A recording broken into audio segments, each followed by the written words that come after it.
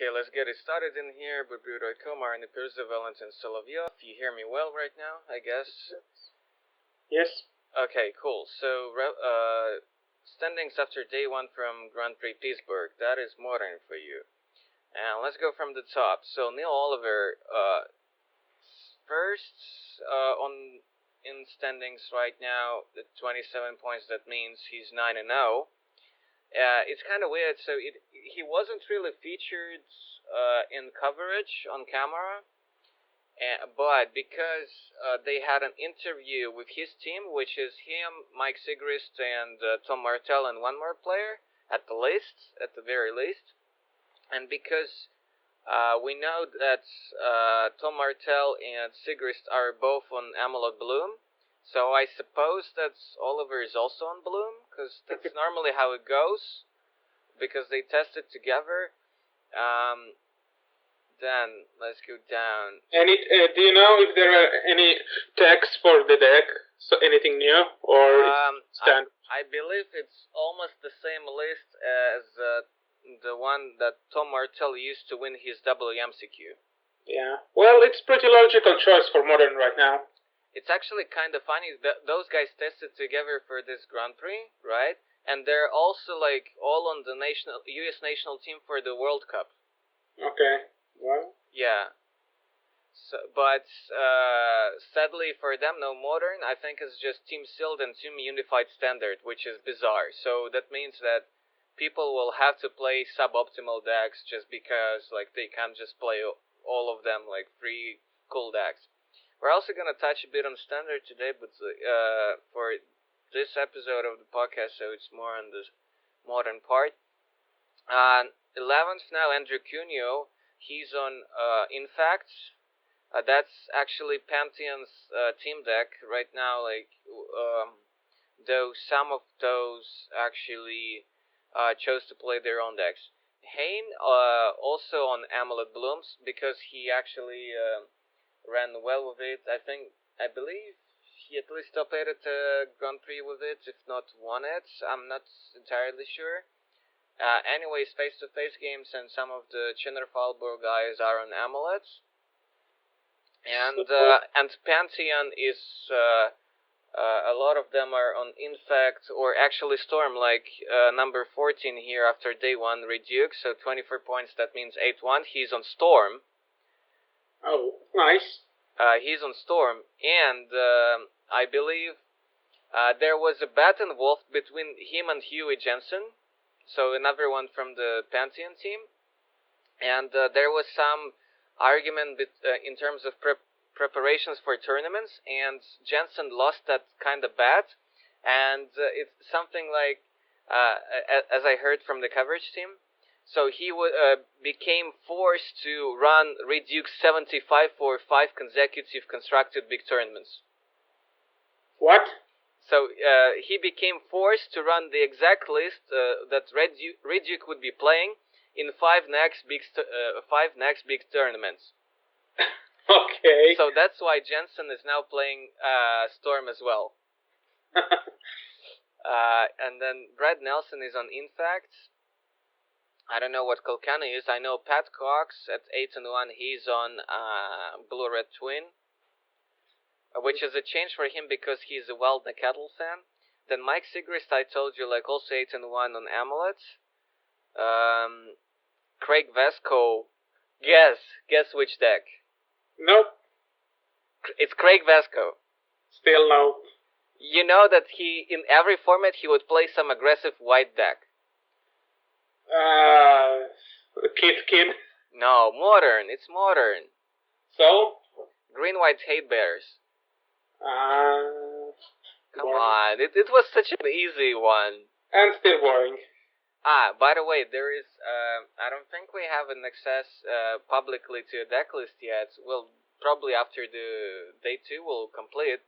There is blue-white hate bears deck with Kira and main deck Medlin Mage. Well, that's already more fun. Yeah. I'll show you one insane deck now. Well, I gave you a link, but we'll get to discuss it a bit more. And, just don't open it yet.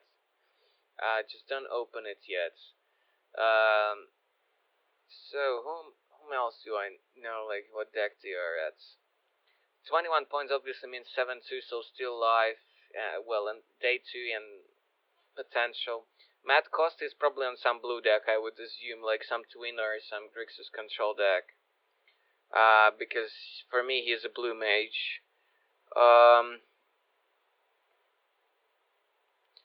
Who else? Like 24 is still like 8s and 1s. I don't know what Pascal Maynard is on. He tried like all kinds of decks. The last one, I believe, in Modern he tested and recorded playing on Moto was the Reanimator deck, the Grace Vengeance Griselbrand deck with Nourishing Shawl. Ben Friedman, another big pro, is on that deck, but I think he's at least like 7-2.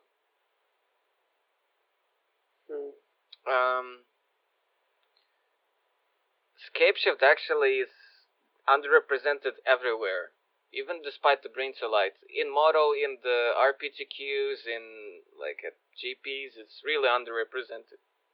Well, it's understandable why it's in Standard, but for Modern, well, 5 mana is a bit too much, probably. And it actually requires you to play 4 colors, and it means the mana base will be too painful. No, it doesn't really require... well, yeah. Technically, yeah, I guess. For Scapeshift, it requires 4 colors. And if you want to get any value of the Bring to Light, you're actually forced to play 4 colors, and preferably 5. Okay, Jensen is at 7-2 with Storm. Are we talking about the Pyromancer Storm? Yeah. Okay. Well, fine deck, but from the... Like, I watched the feature match, I don't know, maybe it was round 6 or round 7. Andrew Cuneo with Infect was playing against Reduke with Storm, and it was just really crazy. It was just like really crazy. So, game 2, I think Infect was on the play. Both exchanged like turn 1s like Jetax and Probes, and Infect deck like just an Elf turn 1, right? Yep. And the Storm deck like was on the draw. So, and no lightning bolts, and like whoops, like I kill you turn 2. By the way, about Storm decks, any new cards I haven't followed? Like in the Pyromancer Storm? Yeah. Well, nothing really. It's just that maybe some sideboard iterations, but it's very basic. I think like even the sideboard seemed kind of basic. No JCs? Really? Well, it's easy to flip and gives flashback.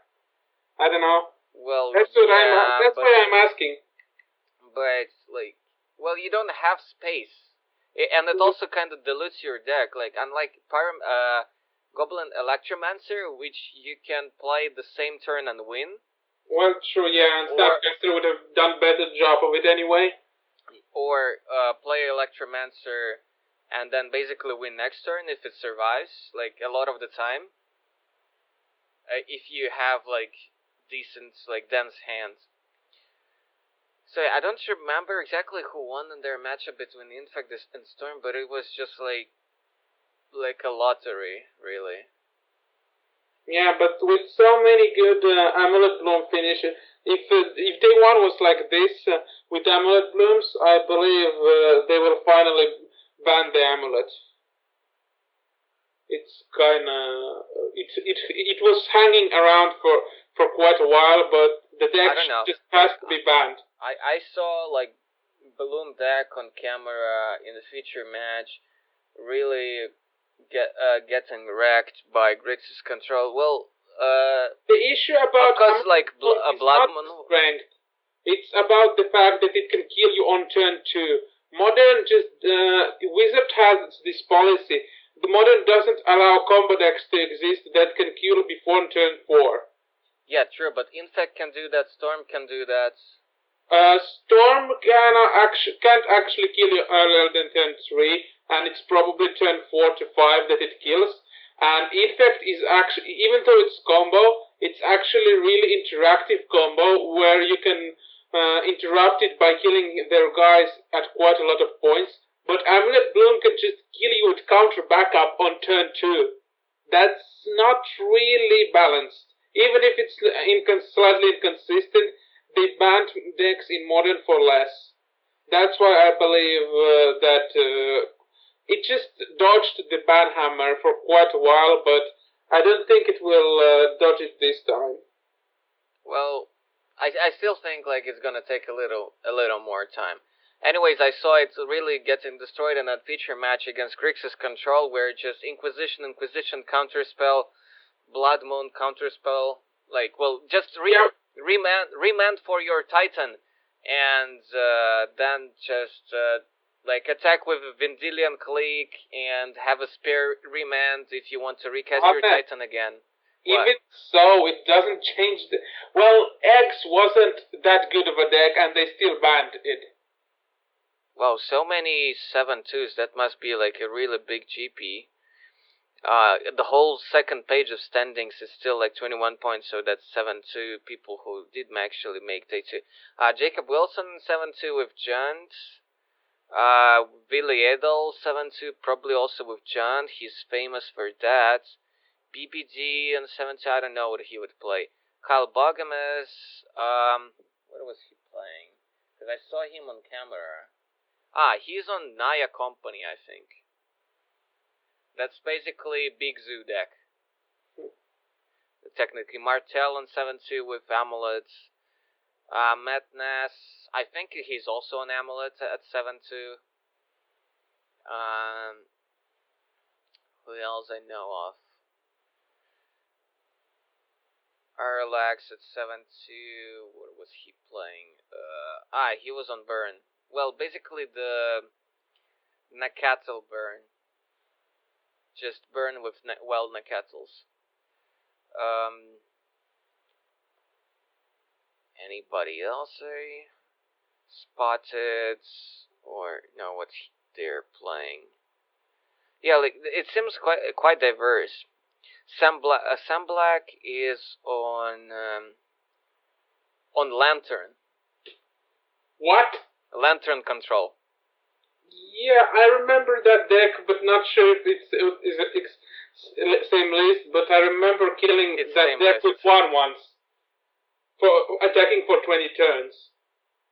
Yeah. So so it's the one that basically locks the game with bells and all those 1-mana artifacts and Incinerant Bridge. Yeah. Okay. So it's that one. So if you see something you don't like, you just make them mill the top deck, and they can't attack you because of the bridge, and you just dump your hand, and eventually you just win with a Pyro Spellbomb or just mill them. Oh. Yeah, so he's on that deck. And he doesn't have any draws. He's at 7-2. Okay. And I've heard like from the coverage team he actually practiced that deck insanely on Motto. But he was worried because he was telling the coverage team that oftentimes on Motto he would win with that deck with few seconds on the clock. Yeah. Because it's like, yep, play my 1-mana artifact, go. Like, just pass all the time and just mill whatever looks threatening. Okay, enough of this, I think. Let's go to the spicy one. The guy, I believe, didn't do super well, but still, like, I think they recorded a deck tech with him, so people can check that out. It's on the official Wizards like coverage page for the GP. So we're talking about Hulk combo in Modern. Ooh. Open one of the links I sent you. I think it's the first one. Pittsburgh. Yeah. Yep, and so... Scroll down to it. It's like, a bit lower than in the middle of the page. Zach Elsick and Hulk combo. Let's see. It's really crazy, indeed. So, do you see how he wins? Yeah, I'm just checking the deck. Yep. Okay, so it's basically a reanimator with insta-kill. Yeah. Exactly. It's your typical Hulk combo, but yeah. So you get the guy with the mannequin or with the footsteps, which is kind of like Glorious Vengeance, but Vengeance only brings legendary guys, so that's why you can't really play that. And also Vengeance Exiles. That doesn't really matter if you sacrifice. It matters for Hulk. Yeah. Yeah, well, the thing is that you get your sacrifice outlet by sacrificing the Hulk. Yeah. And Vengeance exiles the creature you bring back. Yeah, but still, Trigrams streaming? Oh my. Exactly, yeah, exactly. Everything else is okay, but that one is kinda, yeah. I don't think it's going. It looks fun, but I don't believe in that deck.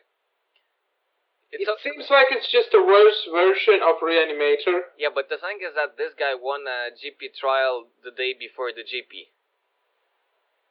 Still. Look at one of the very spicy one-offs in his deck list. Top 3 Engineer. Where? In the sideboard. Top 3 Engineer.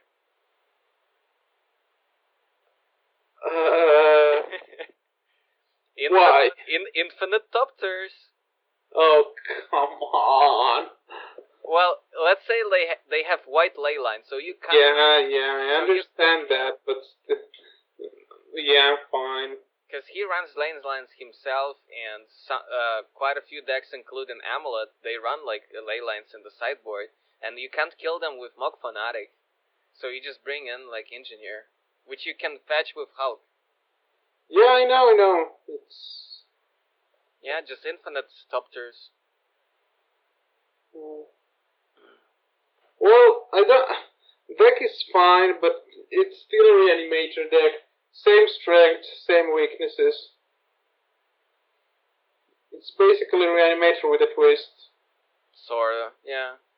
Though you get access like to blue pacts and Is It Charm, because when you go for it, you basically win. And having pacts and Is It Charms is like pretty big deal, I think. Also, I think you get a lot of better cantrips than unlike in the Reanimator deck. Because in the Reanimator deck, yeah, you run Looting, and then you have Terminate Voice and the 2 mana draw 2.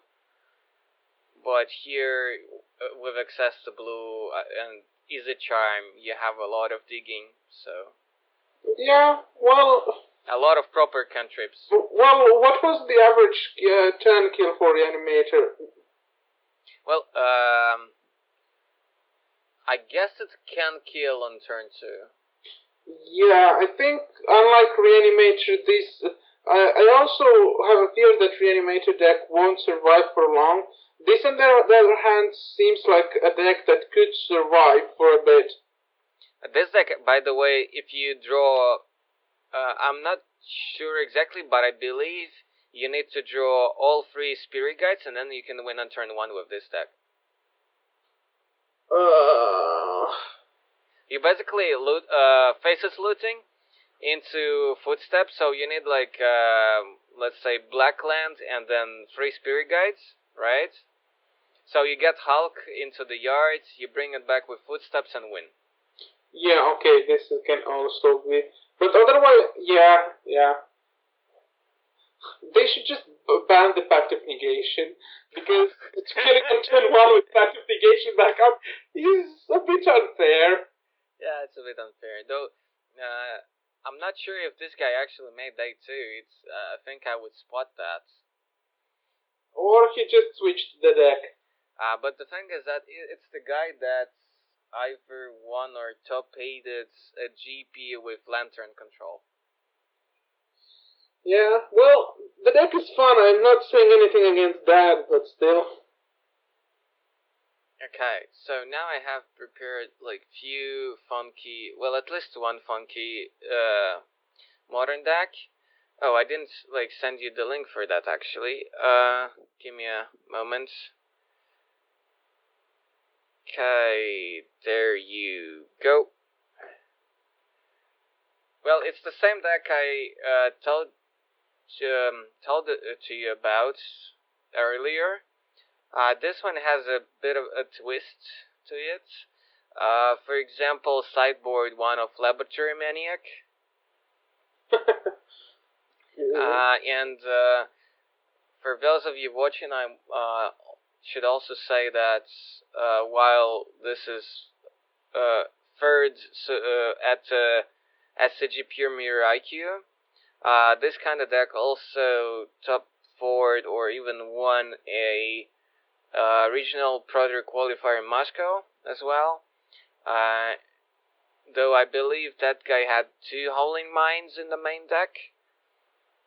But he didn't have the Water Whale. I think he may have had Maniac main deck as the second win condition, but I'm not sure.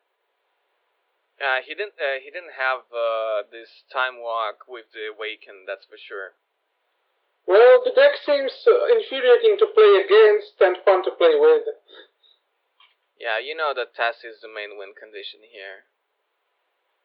Yeah. And quite often, just one Jace, one baby Jace. That's interesting. I think this deck should run at least 2. It's just too good. It switches on Tassa, etc.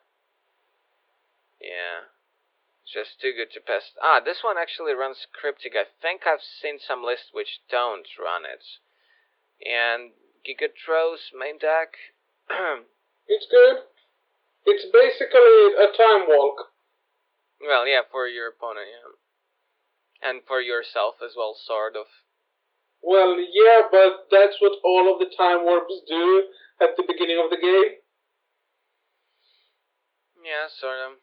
So when you play turn 5 Time Warp, you could just as well play turn 5 Giga Draws for 5 mana, which would usually do the same thing. Right.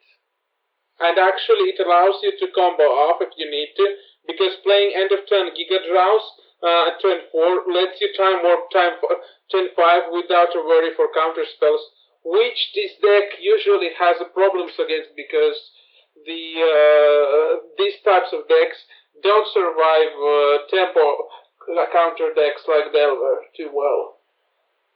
That's why Giga Draws is actually pretty important, and I'm surprised to not see any more Giga Draws inside the board. Well, because you have Vapor Stack, Spell Pierce, Dispel, that kind of stuff in the sideboard. Well, yeah, but still. And then drawing multiple Giga Draws is not particularly amazing. Why? It's same as drawing Time Warps. Sort of, but you're not getting anywhere that part. Well, maybe I'm wrong here.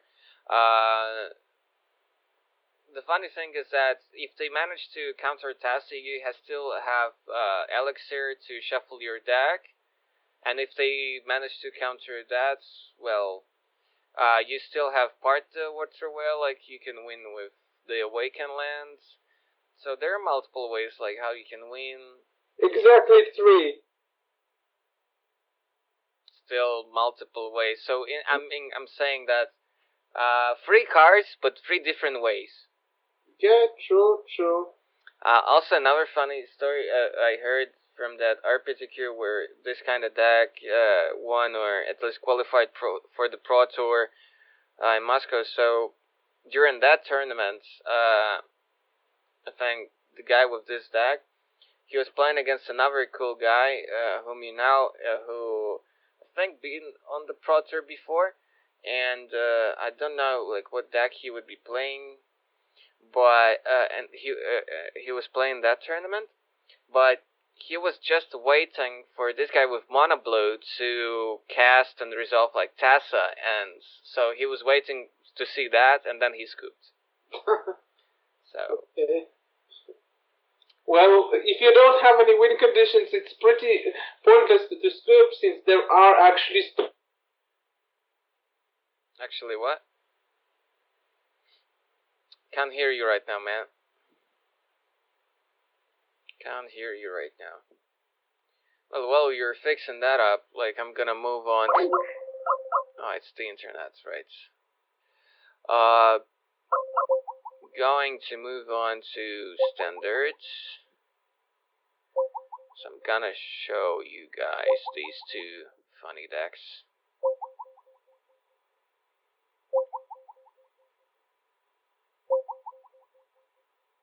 Let's hope it's not gonna take you too long.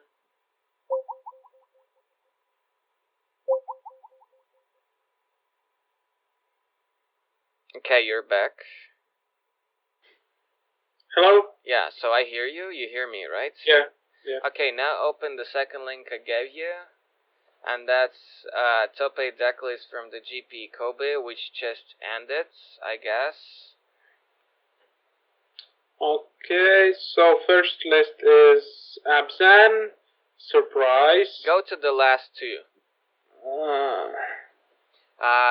We already know that the event was won by Atarkared. Okay, Exactly. Though a lot of people will be very pleased with those news. Chase and Gideon in the same deck. Okay. Yeah, so, but look further. Look further. Soaring also. 4 Monastery Mentor, 4 Seeker, 2 Dragonlord Ojutai, and then 4 Duress and 2 Despise main deck for the Mentor. And okay. 2 Treasure Cruise and Ruinous Paths just to catch them all. Some cards, some stances to protect the Mentor. So it's like Esper Mentor deck. Okay. Which to me looks pretty amusing, and it's like a guy who top-8'd the event. What I don't exactly understand, though to some extent still, like 2 Knights of the White Orchid in the sideboard. That's pretty funny, in my opinion. So against some aggro decks, just a 2/2 first striker to... It's actually a pretty good sideboard plan when you're going, if you won the first game. Yeah, not too shabs, because you're most likely guaranteed to get an extra land off the Knights. Yes, plus it fetches duels as well. Stratus Dancer is a bit interesting in the sideboard. sideboard. Basically, if opponent starts, you get turn 3 Gideon. Yeah, which is pretty good, I suppose. Or you can... As well as you can also play Mentor turn 3 because you don't want to play Mentor when you have only 3 mana up. True, so you can play, let's say, Mentor with a Duress. Yeah. Okay. So I actually seen this Knight of the White Orchid quite well, not often, but a few times in different sideboards and main decks. It's a good card, just under the radar. Yeah, Stratus Dancer is especially nice with if you have Ojutai Command in the deck. Okay, your microphone is a bit lagging, or, well, you're again disconnected. So, as you already noticed, like, I'm particularly intrigued with Stratus Dancer in there. That's kind of interesting to me, too. I guess Ruinous Path is just an extra way to deal with a Planeswalker here. I'm not sure if that's better than an Utterance, because then you get to exile a Hangerback Walker. On the other hand, this costs 3. It kinda does the same thing.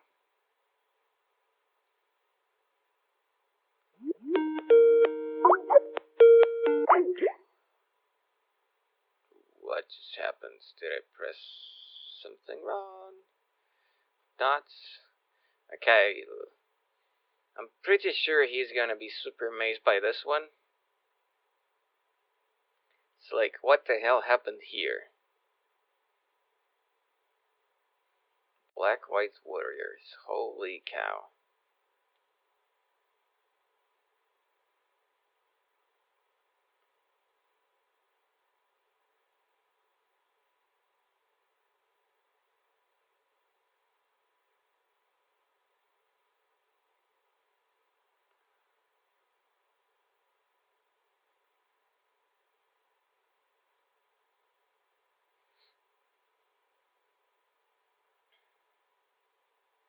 Okay, let's try that out.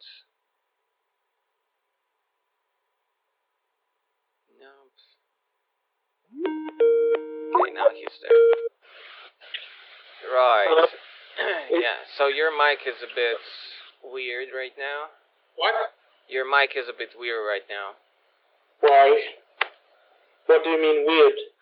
Well, the sound is a bit weird, but we're wrapping this up soon, so it's not a huge deal. Okay, I looked at the very last list. Yeah, well, it was bound to happen at some point. I'm only surprised there are 2 Gideons, not 4. And Wasteland Strangler is fun. With 3 stasis snares and 4 silk wraps, it's kinda nice. Which one? The Shriek Maw for 3 mana. Ah, the Strangler, yeah. That's kinda spicy. Well, it has 7 enchantments to exile. Creature. Not just that. Look at the Mardu War Reaper. Which one was that? Mardu War Reaper. Oh yeah, sure, that's as well. So you can exile guys with that too. Yeah, well, why only 3? Why only 2? I mean, Wasteland Stranglers. Because it's not a warrior. And because it has enough removal as it is. Yeah, and it's a free drop. Yeah. Well, it's your aggressive deck with a bunch of like 1 and 2 drops and stuff. Still, I feel like it should have more Gideons. I feel it's just wrong to play 2 Gideon Ally of Zendikars because it's not a warrior. Yeah, but still, I understand I would understand it as a 3-off, but I can't accept it as a 2-off. Okay, well, do you understand that's a 4-drop in a very aggressive deck with low curve? Yeah, and 24 lands. So, and it's... Well, you're getting to cast it turn 4 to 6, and it's enough to win the game. Still, I believe 2 is a bit not enough. I guess it was just curve purposes and maybe a bit of budget purposes, although it's hard to think of that with a fully functional mana base with all the fetch lands and proper duels and... I don't think it's budget purposes. If it were me, I would probably -1 Stasis Snare +1 Gideon for this list. I think Stasis Snare is more important in his deck than Gideon. I want to remind, it has already 4 Silk Wraps and 3 Valorous Stances and 2 Wasteland Stranglers. Are you sure you want 3 more Stasis Snares? You mean 3 instead of 2? Well, look, he already has like Rager, which makes it hard for them to block your guys. Then you have Chiefs that pump your guys. Kitian can do stuff too. Maybe he just wanted to play both versions of Gideon, and he didn't want to cut himself like with multiples of those versions, and he wants the 1-drop more than the 4-drop. I mean, because of all the removal and the fact that he has other pumps and Rager to make stuff hard to block, he doesn't really require the emblem as much as some other decks. Still, emblem is pretty important. Well, I can't really say since I haven't played the deck, but I still feel that -1 Stasis Snare +1 Gideon Ally of Zendikar would be better. Okay, you know what I really like? Okay, well, he has a 3rd Strangler on the board, but because he runs a lot of fetchies and of course the black-white black-blue land and the blue-white land to fix his major Disdainful Strokes. Disdainful Strokes and Negate in the sideboard to give you a bigger shot against mid-range stacks and control. And Ramp as well. Ramp could be tough for this deck maybe sometimes. Especially if it's some version of Ramp with... Mrs. Renewals? renewables because there are a bunch of different flavors of that deck, and some do run some sweepers. I feel like just because of the sweepers, well, still, it has to transgress the minds then. Oh, yeah, fine. I was just thinking that maybe more negates, but with two transgress the minds, it's fine. Against Radiant Flames. Yeah, I suppose so. Negate, just one negate and two transgress. Plus, also, you have a lot of stuff, so like one Radiant Flames is not insane. Also, you can just use a stance to protect like one big guy for against Radiant Flames. Also notice that of course he runs Bloodsoaked Champion, and Radiant Flames is not Anger of the Gods, so you can recure those guys. Then Mardu Strike Leader has Dash. And yeah, well, the new decks are pretty sweeper proof, so it's not well, yeah, I know the deck seems fine, but it's still a straight up aggressive deck, and that's why Tarkaret probably won, because it does the same job but faster and better. Could be that. Also, there were 2 or 3 Asper Dragons in the top 8, and when people are trying Asper Dragons, you want to be on Tarkaret. It's because the standard GP before that was won by Asper Dragons. The one in Brussels was won by Asper Dragons. The funny thing is, when everybody's playing Tarkaret, Jeskai Black suddenly becomes the best deck again. Yeah, although I've seen in standard Super League and in feature matches as well, when a Tarkaret would just destroy Dark Jeskai, so it's not like strictly well, I mean, Dark Jeskai has main deck is fine, but if you respect the Tarkaret in sideboard, Tarkaret has very small chances of victory. I mean, the only hate in sideboard for Dark Jeskai against Tarkaret currently is one single rushing cleric and maybe some counters.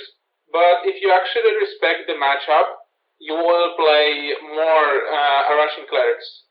Yeah, but that's also speaks in favor of Tarkaret, because while Dark Jeskai has a good matchup and can have dedicated sideboard to really destroy red decks, but right now it's like shoving away some clerics and such in favor of more like flexible cards.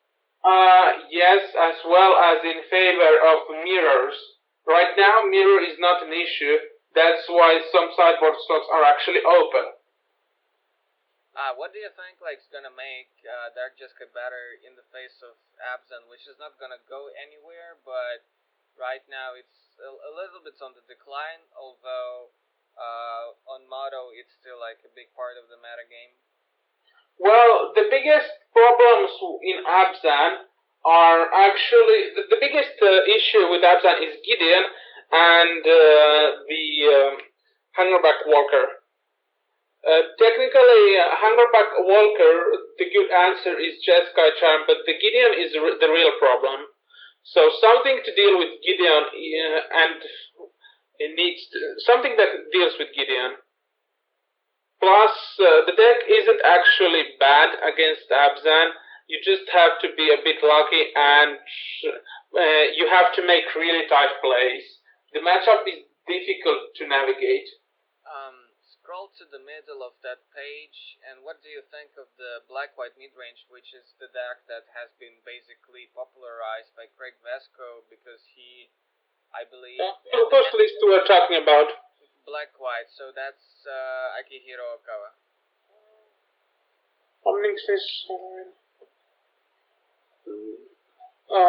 Black-White, it actually splashes blue in the sideboard, probably. Well, because of the mana base, of course. Yeah, well, I'm looking at the 2 painful truths, and it's obvious it's not straight Black-White. Yeah, the deck seems good.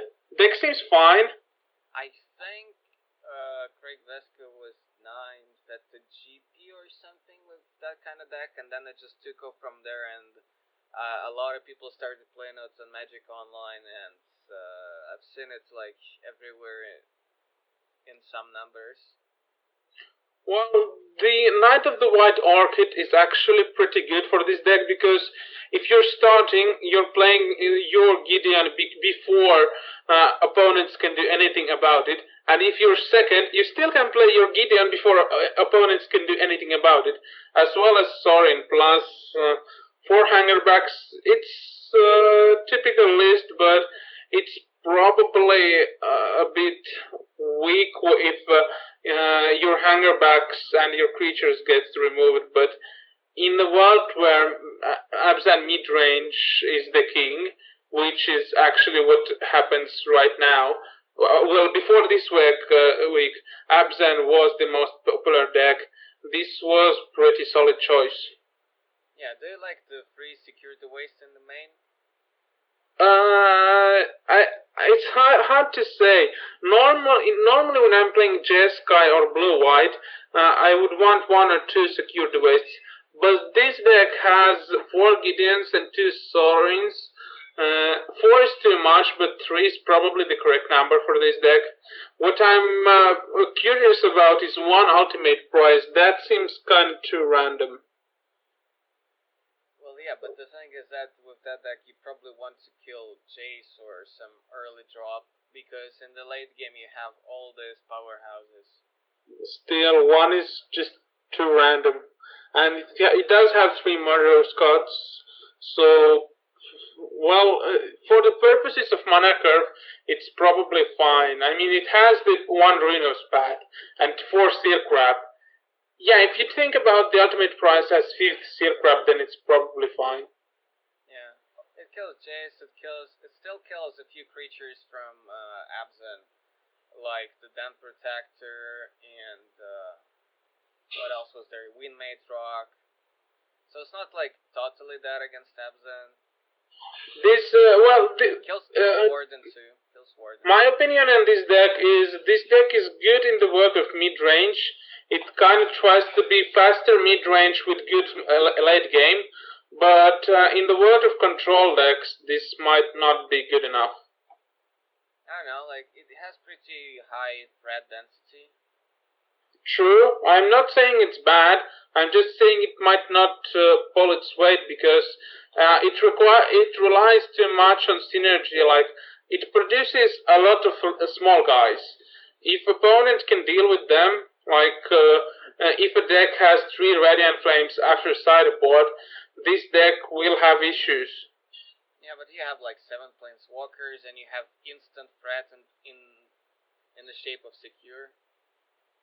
Yeah, probably fine, but yeah. Like when I'm looking at this, I'm thinking about again Esper Dragons and Jeskai, and both of these decks are probably. Well, yeah, Jeskai has troubles with Wingmate Rock a bit. Look also, like, that sideboard against Jeskai and Asper, you bring in 2 strokes, 2 dispels, 3 duress, 1 negate. So technically, it's more... the good part about this deck is being more straightforward than Abzan in being mid-range. Because it doesn't have any issues with mana, like Abzan does. Yeah. You're getting to cast everything fast and on time, so it's. I understand why it's a good deck, but it feels like 2-color decks, same as the Warrior deck from before. Just don't pack enough punch, so you can go over the top of them. For example, the Eldrazi deck would be kind of difficult for this to deal with, maybe. Not sure, like, Olamog's not gonna matter a whole lot. Why? Well... Okay. Exile Hangerback, Exile Gideon. Yeah, but by the time, like, they're gonna, actually play Olamog, you're gonna have probably more than that. And then again, you have, like, 3 main Secure. So let's say they play Olamog, nuke a couple of your stuff, then you end of turn secure. On your turn, emblem from Gideon or Sorin Plus and kill. If you have a golden hand, then yeah, but still, I feel like this deck it's strong, but it's strong in a way that mid-range decks are strong. It has a lot of utility, but how do I say it? It feels like this deck won't. It's easy to get over the top of it. It feels like that. Like this deck would just auto scoop to Hornet Queen if it were in the standard. Okay, what do you feel of the second list, which is Eldrazi Ramp with blue? Second. Do you feel like blue is the correct splash color? It's the most fun Eldrazi deck I have seen, and I don't really know. Well, you have like Mystic and Gilder for a bunch of like 2-mana ramp spells. You have Kiora to actually dig for the Ulamogs, and then 4 part the Water Whale, so you have like 4 time. Yeah, that's what I'm saying. I saw the deck list. That I think it was this week that on Star City they premiered this kind of deck, and I believe that this is the most fun Eldrazi list I have seen. If I were to play Eldrazi deck, I would play this one. I don't know if it's good, but I like it. Okay, 2 digs as well, so that you can actually definitely get there. Find your big boom booms. 4 Ugins. 2 Nissas. Yeah. Like, digging. well, like I said, I don't know whether it's good or not, but that's definitely the list I would want to try. I don't like the other Eldrazi lists as much as this one. Yeah, you get from blue. You get free dispel for your sideboards against control. Yeah, and the Water Well is just so good. I really like the card.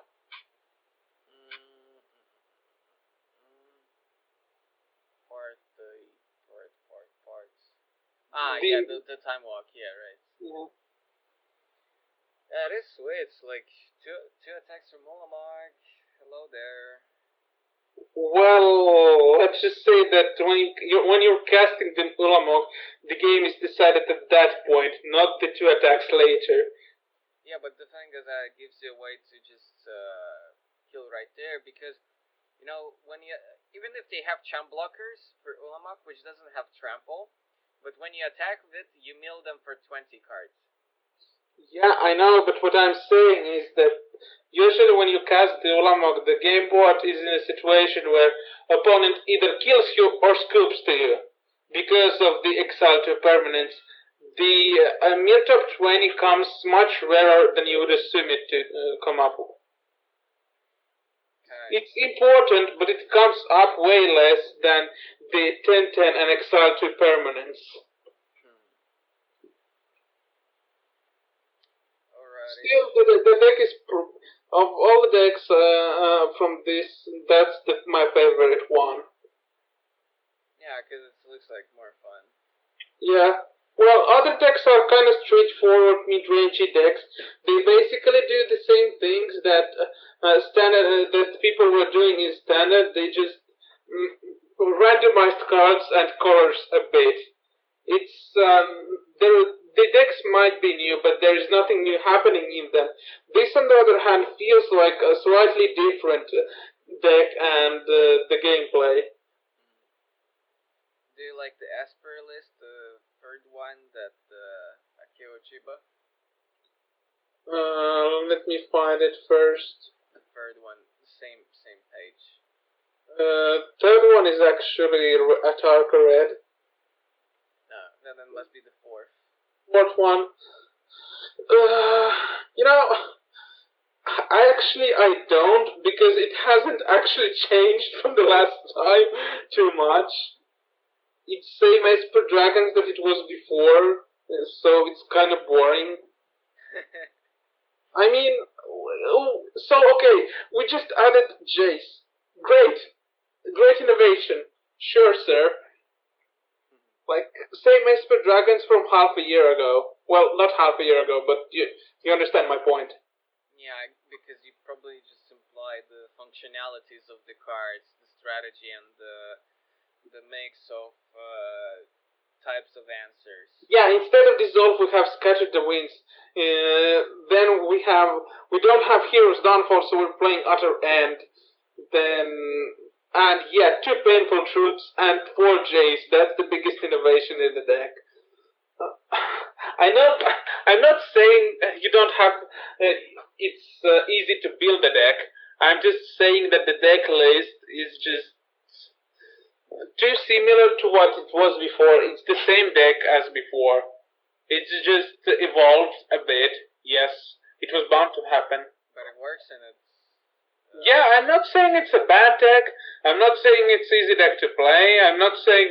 I'm just saying that to me this kind of deck is a bit boring. It's like seeing Abzan. Instead of seeing Abzan 2 years in a row, we're just seeing now. Now it's Esper, which is kind of same.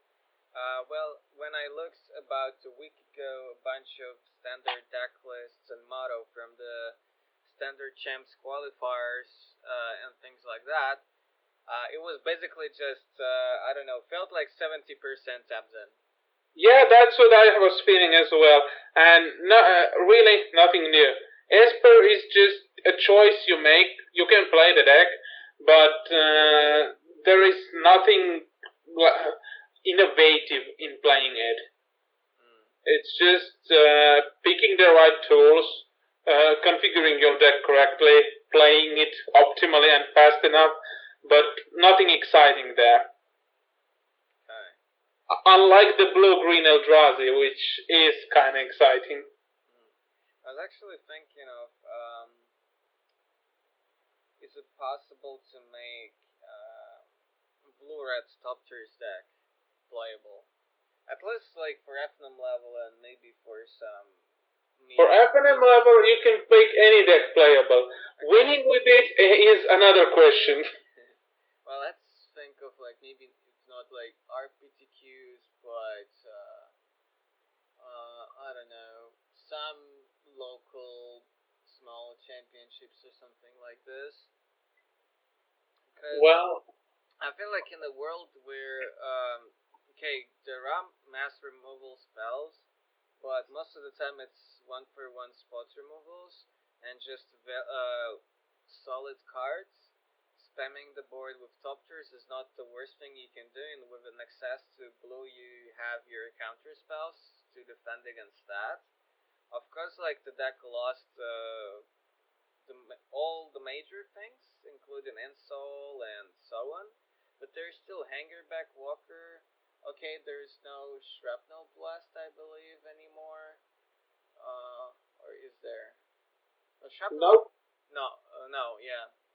Because it was not M15, it was That's actually the biggest loss of the deck, the Shrapnel Blast, and that's why it's kind of pointless to talk about the deck. It doesn't have reach, and if you want to win with Doctors, just play blue-black aristocrats which won with Guerrilla Rogue, because technically you're winning with the Doctors. They give you an anti-Kaska unblockable. Okay. Have you considered trying out at some point the 4-color rally deck? If I played with it last season, now it's maybe.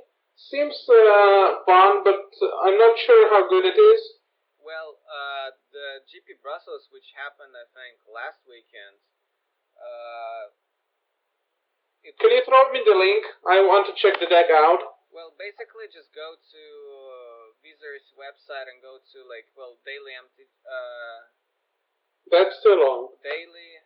Oh, come on. Okay, well, maybe we can show it to people here as well.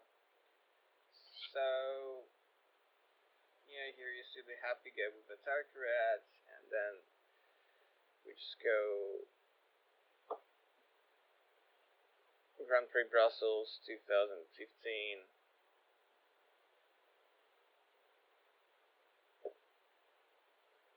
Let's hope it shows it as the page.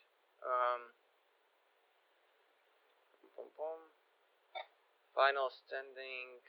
Well, let's just go to the actual, yeah.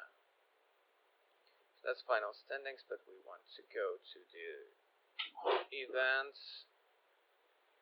So in Brussels, Esper Dragons won, but top 8 was kind of.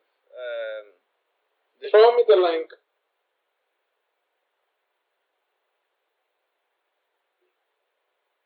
So let's go top 8 deck list tab. Basically, top 8 was a clash between big European team like with Band and Sweet and the Czech, Slovak cabin crew team. And those were on Rally and Esper Dragons respectively. Okay, there you go. Let's see. So the first one you see is basically the Rally one. So yeah, as soon as my computer loads it. Okay, so there were 3 Rally decks in the top 8 and 2 Esper Dragons.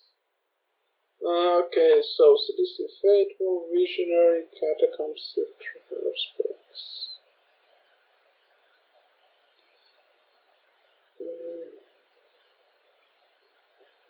Yeah. Very straightforward. Yeah.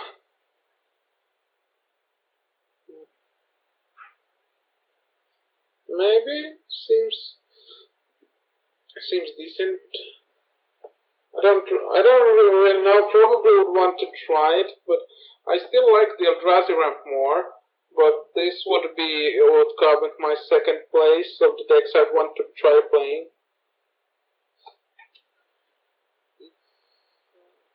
Yeah. You have some decks if you Esper Dragons. Well, at least it found its answer to the Anapenza because that just wrecks the deck too much. Yeah, I mean, you can play around it a little bit. Yeah, but see, this is Friendful actually solves the problem. Yeah. It is a nice main deck answer to it. Another problem with this deck was that it kinda scooped the Doctors and Hangerback Walker, which the Fateful also solves. Yeah. So I like the deck. I believe the reason we haven't seen this so much is because it's it's less consistent than Abzan and Jessica Black, but it's a fun and good deck nonetheless. Alright, so let's wrap up this part and I'll see you in a bit for a very brief, I believe, stand-up materials overview. So I hope you guys enjoyed this. Until the next video.